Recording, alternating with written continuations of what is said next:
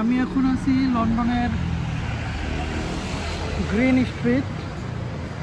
এখানকার যে বাড়িঘরগুলো দেখছেন, আমার ধারণা অলমোস্ট 200-300 বছর আগে এইসব বাড়ি নির্মাণ হয়েছে, অনেক পুরনো মডেলের।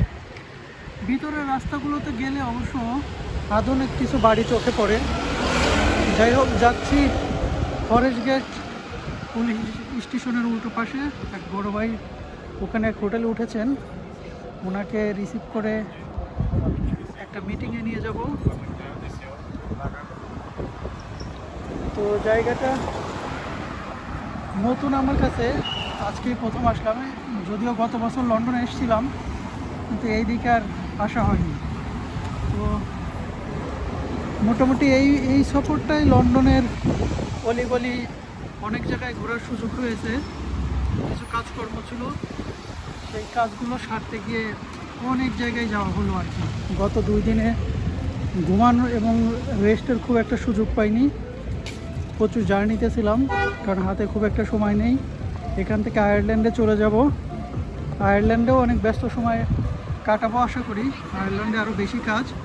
ইনশাল্লাহ আয়ারল্যান্ড থেকে কানাডাতে ঘুরতে যাব, যদি আল্লাহ সহি সালামতে নেয়।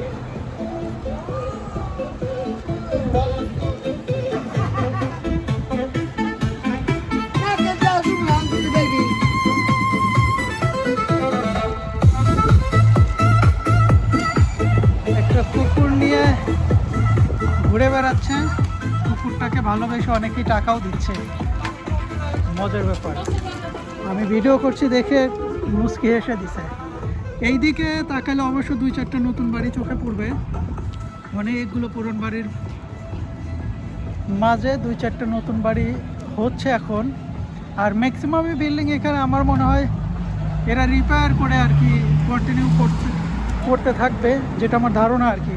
কারণ লন্ডনের এটা একটা ঐতিহ্য, এই ঘর বাড়িগুলো লন্ডনের সিম্বলিক মনে করি।